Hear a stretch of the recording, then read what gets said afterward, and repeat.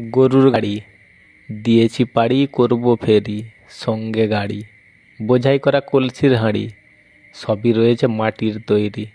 সে যে কুমোরপাড়ার কুমারী, রূপে ও গুণে খুব সুন্দরী, নাম ছিল তার গৌরী। তাকে কিছু কথা আমি জিজ্ঞাসা করি, দিল আমায় সে অনেক উত্তরই। বলল গ্রামে গ্রামে ঘুরি আর বিক্রি করি, সব কিছুর দাম দেখে ধরি। বয়স্ক পিতামাতা তার করে তৈরি, বন্যায় ভেসে যায় তাদের ঘর বাড়ি।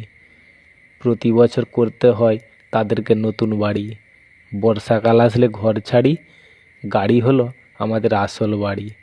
গরুর গোবর ঘুঁটা করি, মাটির উনান আছে তৈরি।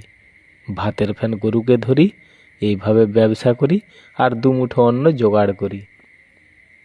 সবাই বলে রাজমন্দির এখন তোমার নিজের বাড়ি, কি আর করব সংসারের হাল ধরি।